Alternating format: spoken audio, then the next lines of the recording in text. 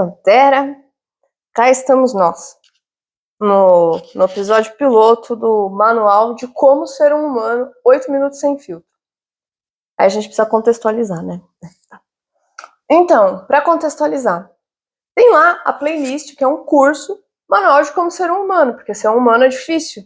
Difícil, eu acho tão difícil que eu decidi estudar, pesquisar e criar manuais ali em tempo real. E aí eu vou compartilhando com vocês, né? Então, assim, às vezes eu recebo algumas perguntas lá pelo Instagram ou pelo LinkedIn. E recentemente eu recebi uma pergunta que ressoa muito comigo também, com uma dor minha, né? Mandaram assim: Carol, por que tá tão difícil fazer amigos hoje em dia? Tem algo estranho acontecendo, não tem? Vocês estão sentindo aí do outro lado também? Você não tá sentindo, Pantera? Tem algo estranho acontecendo? Não tem? Tem, não tem? Então, tem! E assim, não é que tem falta de gente, porque esse planeta Terra tá super lotado, onde a gente vai tem gente, né? Então o problema não é que tá faltando humano, o problema é que tá faltando conexão real, conexão de verdade. Tá bom, por que isso tá acontecendo? Porque a gente vive tempos muito voláteis, né? Tudo se tornou muito líquido, muito... Tá tudo muito altamente dinamizado. Hoje é um negócio, amanhã é outro. Então, quando a gente vive essa alteração constante, né? Esses processos de ruptura constante, o que era ontem não é hoje, o que é amanhã não é o que é hoje, isso gera muita incerteza. Tudo se torna muito descartável, né? Porque a gente não precisa se conectar, porque tudo tá parecendo raso, rápido, descartável. Que nem na época da minha mãe, eu tô com quase 40 anos, né? Na época da geração boomer, era muito comum a prática de consertar coisas. Tipo, a TV quebrou, conserta. A geladeira, a máquina de lavar, conserta. Hoje não. Hoje, se a gente for consertar, a gente vê que para consertar tá mais caro que comprar um novo. Não é bizarro? Não é estranho? Né? Fora a quantidade de lixo que se produz com esse tipo de prática, não era muito mais sustentável se criar um protocolo, se criar um método em que a gente conserta coisas ao invés de jogar fora? O que precisa jogar fora, a gente joga fora. E aí eu tô falando a nível literal e a nível figurativo, né? Se algo quebrou e não há conserto, jogue fora. Se você tem uma relação que se quebrou e não há conserto, que se aquela relação continua, vai haver o quê? Muita fricção, as pessoas vão se machucar. Então não é uma questão de dinamizar, de remodelar, de reciclar, é uma questão de soltar, de limar. Então, além da gente não ter mais essa sabedoria, né? A gente perdeu, como tá tudo volátil, a gente perdeu essa sabedoria de o que eu preciso arrumar e o que eu preciso descartar. Então, assim, a gente está super conectado, né, a nível digital. Eu tô aqui da minha casa falando com você que pode estar, sei lá, no Japão, na China, no México, na Venezuela, tantos lugares.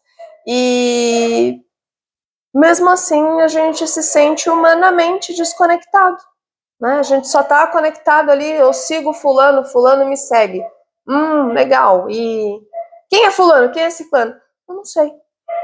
Então, assim, que jeito estranho, né, da gente se conectar, que jeito sintético de se conectar, que jeito bizarro, que conecta, mas não conecta. Então, beleza, mas assim, aí o problema sou eu? O problema é você? O problema é a Pantera? Não. O problema é estrutural mesmo. Tipo, o negócio é muito mais sério do que a gente imagina, do que a nossa pequenina individualidade. Tipo, meu Deus, será que eu não faço amigos porque eu não sou legal? Não. A questão vai muito além de você ser ou não ser legal. O nosso modelo social, a sociedade, ela foi desenhada para que as pessoas não tenham oportunidade de sentir, de pensar e de criar. Porque quem sente, quem pensa e quem cria, questiona. E quem questiona não é uma boa mão de obra. A boa mão de obra é aquela que apenas executa, sem sequer titubear. Então, assim, esse jeito, né, esse processo que a gente está inserido, o que acontece? Deixa eu tomar uma água.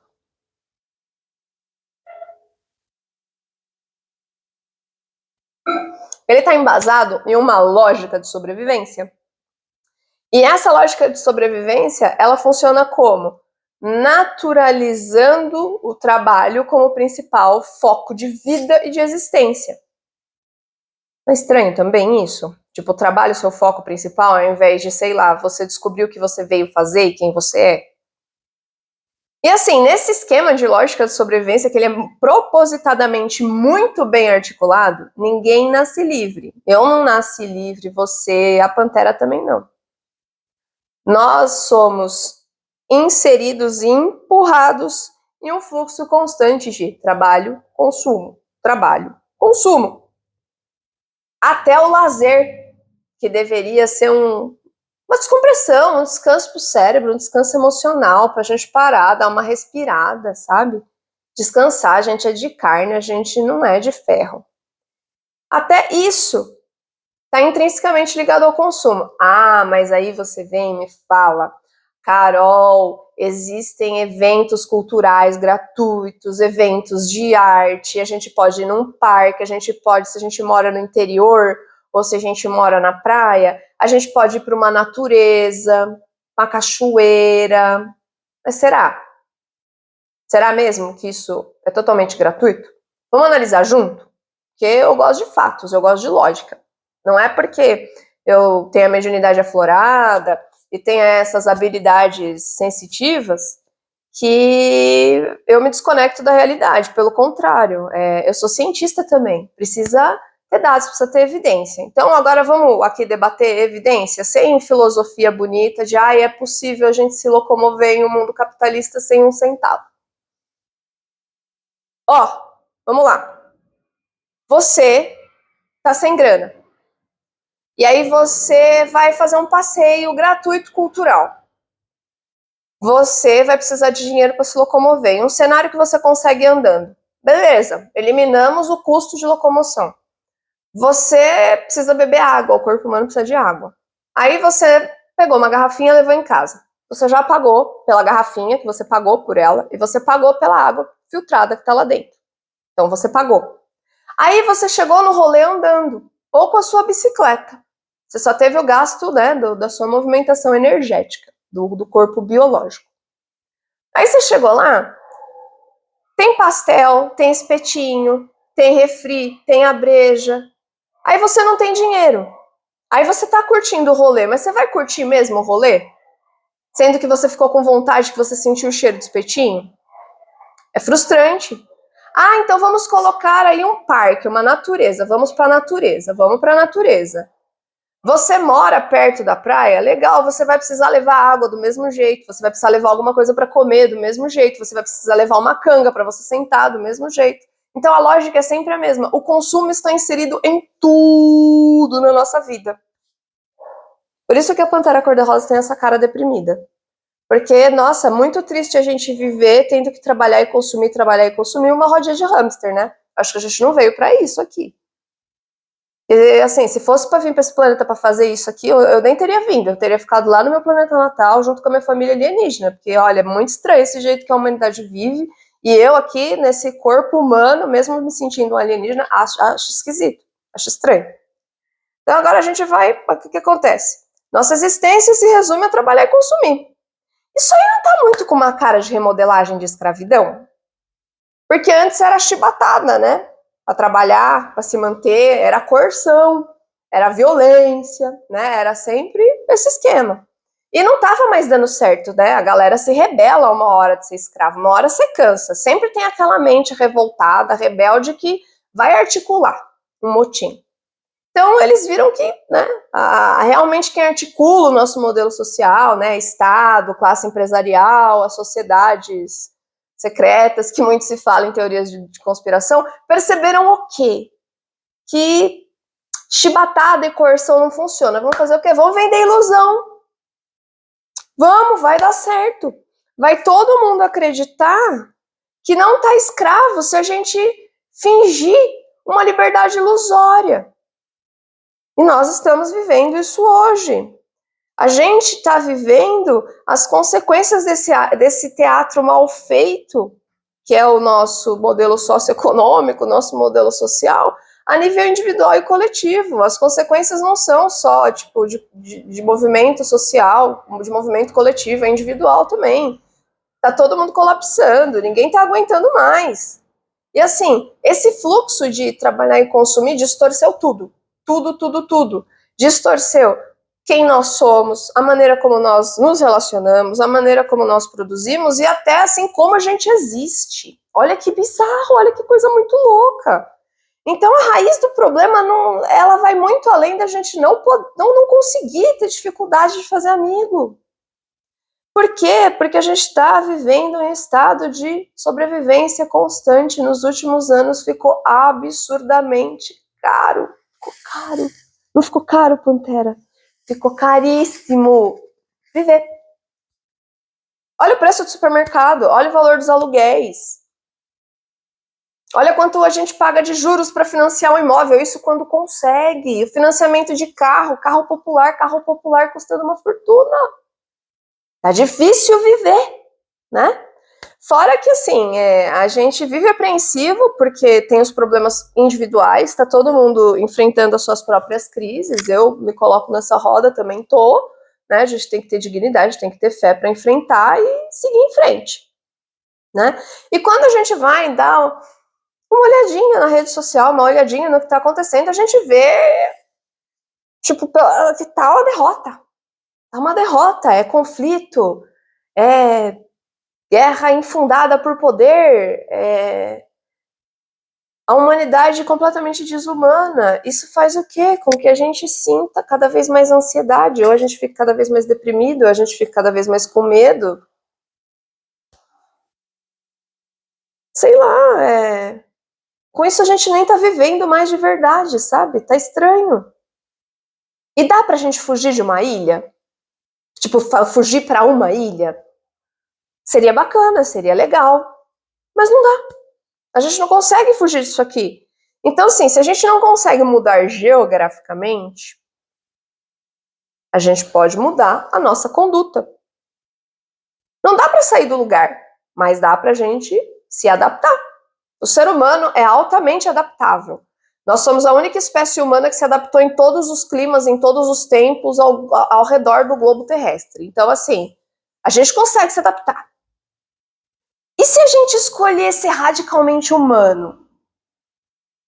Sério mesmo, tipo, e radicalmente sabe, autenticidade, a gente ser a gente mesmo, sabe? Ser quem a gente é e já era.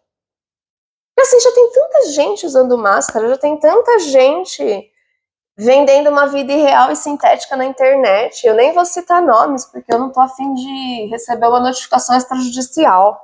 Mas assim, ó, é só você abrir a internet, você vai ver gente que é celebridade fazendo isso, e gente do seu círculo, do seu convívio social também fazendo. Então, assim, a gente veio aqui para fazer o que tá todo mundo fazendo? Melhor não, melhor a gente fazer o que a gente quer. A gente vai ser julgado, a gente vai ser criticado. Melhor que seja fazendo o que faz sentido pro nosso coração, pra nossa existência. Sabe? O microfone já tá ligado. Ai, que bom, tá com bateria. Então, beleza, qual que é a solução para isso? O primeiro passo para a gente viver de uma forma mais saudável, mais fluida, incluindo o processo de fazer amigos, que é o tema original, é a gente ser radicalmente autêntico. Tipo, esse vídeo aqui eu não tenho edição, não tem corte, não tem, ó. Tô aqui, eu com a Pantera Cor-de-Rosa, de apoio emocional, porque eu falei, meu Deus, eu vou fazer um vídeo tão longo sozinho, geralmente eu converso, eu dou aula, eu dialogo. Aí eu trouxe ela aqui comigo. Então, nesse vídeo, eu estou mostrando de uma forma totalmente prática o que é ser radicalmente humano e autêntico. Eu tô falando, poxa, é difícil fazer um primeiro vídeo falando longamente. Trouxe aqui de suporte emocional a Pantera Cor-de-Rosa para conversar com ela. Tô sendo autêntica aqui com vocês, ó, na sala da minha casa, sem produção, sem nada.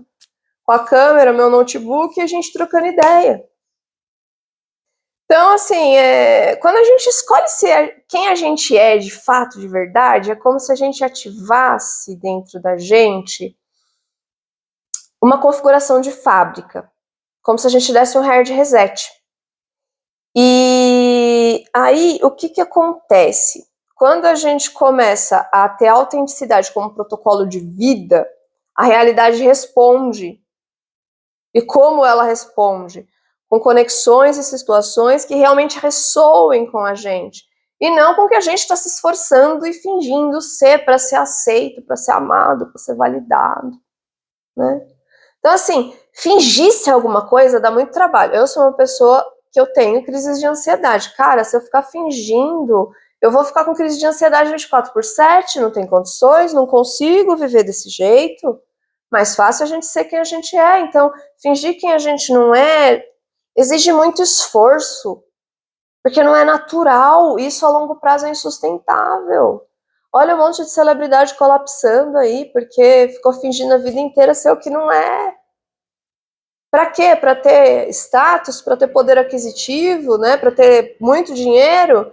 Será que o dinheiro não veio para a gente usar ele como uma ferramenta para se libertar e não para a gente ser escravo do dinheiro? Quantas famílias abastadas, quanta gente poderosa é escrava do poder, é escrava do dinheiro, que vive tenso que alguém vai derrubar, que alguém vai tomar o lugar.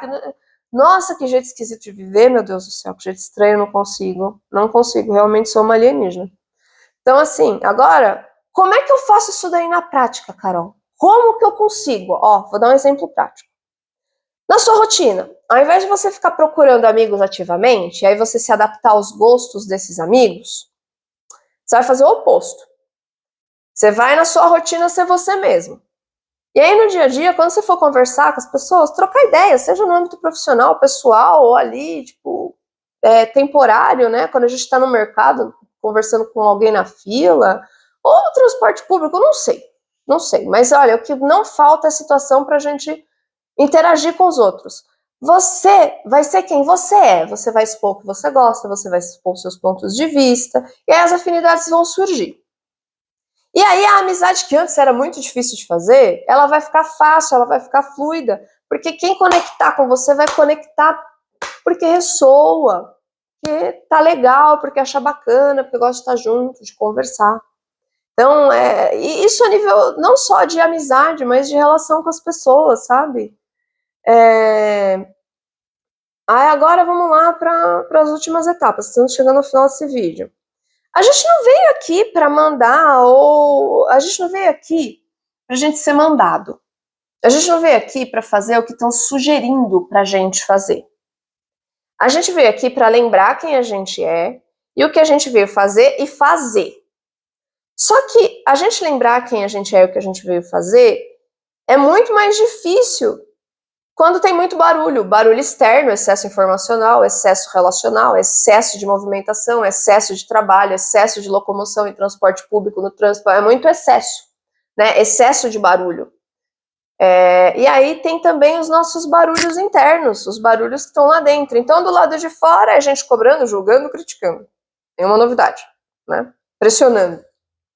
E do lado de dentro tem as nossas próprias dores. Por exemplo, a filha que nunca se sentiu amada e buscou validação nas relações fora do âmbito familiar. O cara que nunca se sentiu visto pelo pai e agora tem problemas de autoestima. A mãe que trabalha o dia inteiro para prover a família e se sente culpada ainda por estar ausente. Então, assim, o catálogo de dores humanas é muito vasto, é muito plural. E isso é só uma evidência de que todos nós estamos em um fluxo muito maior, em um fluxo coletivo, que vai muito além da nossa pequeneza individual. Todo mundo, inclusive eu, e você que está aí do outro lado, e a nossa amiga Pantera, estamos buscando por cura, por redenção e por conexões reais. Cada um da sua forma. E por onde que a gente começa? Julgando menos e sendo mais fraterno com o próximo que a gente conhece e também com quem a gente não conhece. E é difícil, né? É difícil a gente não julgar. Porque a gente foi muito ensinado a julgar o tempo inteiro. Então, assim, a gente vai parar do dia para a noite de julgar? Não, mas se a gente conseguir julgar menos, a gente já está caminhando para a nossa evolução, para o nosso desenvolvimento. E ajudar, para muita gente, muitas vezes é difícil. Para mim é muito tranquilo ajudar, né? Com sabedoria e com inteligência, porque você ajudar quem não pediu não é ajuda, é invasão de livre-arbítrio. E você resolver o problema dos outros não é ajuda, é você privando o outro de aprender com os próprios problemas, com os próprios erros, porque esse é o objetivo, o desafio é pra gente se burilar, pra gente se desenvolver, pra gente progredir. E também tá errado porque você tá dedicando uma energia que era para você cuidar de você, da sua rotina e resolver o problema do outro. Então, a ajuda sábia e inteligente, ela é feita quando a gente consegue fazer uma análise ali, se a gente não vai se prejudicar, se a gente está se preservando e se a pessoa pediu ajuda, né? Se você vê que ela está ali em uma situação de ajuda. Bom, eu acho que assim, a bondade, ela pode sempre caminhar através de nós em pequenos atos na rotina. Como, por exemplo, você cuidar dos seus parentes, do seu pai, da sua mãe, dos seus avós, dar uma ajuda na rotina. Você ajudar aquela senhora que não está conseguindo subir sozinha no ônibus. Você ser gentil com o outro. Sabe, existem diversas maneiras da bondade fluir através da gente. A gente ter gestos de gentileza, né? A gente já vive de uma maneira muito predatória, muito competitiva. Então, por que não a gente fazer algo diferente?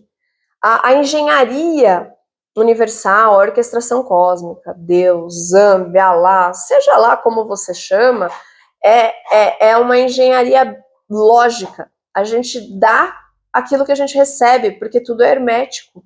O que está dentro está fora, o que está acima está abaixo. Então, assim, por exemplo, exemplo real da minha vida. Eu sou uma pessoa que, se eu posso ajudar, eu vou e ajudo, sem me prejudicar, nem nada. Eu dou uma força. Seja uma pessoa conhecida, seja uma pessoa desconhecida, eu não estou esperando o retorno. Não estou. Eu faço porque é o que eu acredito que eu tenho que fazer. Não houve uma vez na minha vida que eu precisei de ajuda que eu não tive. Não houve. Não houve. É aquele esquema. É doando que se recebe. O que você der para o universo vai te retribuir. A vida não é muito difícil de se estudar, de se entender, de se analisar. Ela é muito lógica. Tudo que se você planta batata, você colhe batata. Então, assim, eu acho que esse esquema de competição predatória, de ficar explorando o amiguinho, de ser egoísta, de ser individualista, ele não tá funcionando, gente. É só a gente estudar um pouquinho história. Só a gente estudar ali um pouquinho história, você vai ver que não tá funcionando, tá dando errado, tá bugado, tá coisado. Será que não é melhor a gente testar algo novo? Viver de uma maneira nova? Viver sendo mais cooperativo ao invés de competitivo? Fraterno ao invés de individualista? Não sei. Eu acho que o clima é legal. Eu acho que é bacana. Você não acha, Pantera? Bom, nós chegamos aí ao primeiro vídeo do quadro, piloto. Espero que você tenha gostado. Se você gosta de estudar sobre esse tipo de tema, debater sobre esse tipo de coisa, acesse o link da descrição desse vídeo e você pode fazer parte da Fraternidade Natureza Humana, um espaço super bacana de pessoas muito legais que se ajudam, que cooperam umas com as outras. Todos os dias lá eu passo dicas práticas de como a gente tem uma rotina mais leve, mais fluida, mais de boas, mais organizada, mais abundante, porque a abundância não é só dinheiro na conta, é a gente dar sentido para nossa vida, a gente viver com um propósito, né? Não adianta nada você ser muito rico e ser escravo do dinheiro. O dinheiro veio aqui para viabilizar, para ser utilizado para o progresso, e não para a gente ficar refém e escravo dele, né? Não tem nem lógica, não tem sentido nenhum. Mas há muita coisa que não tem sentido, né? Isso daí é só mais uma. É isso aí, até a próxima aí, falou para vocês, tchau.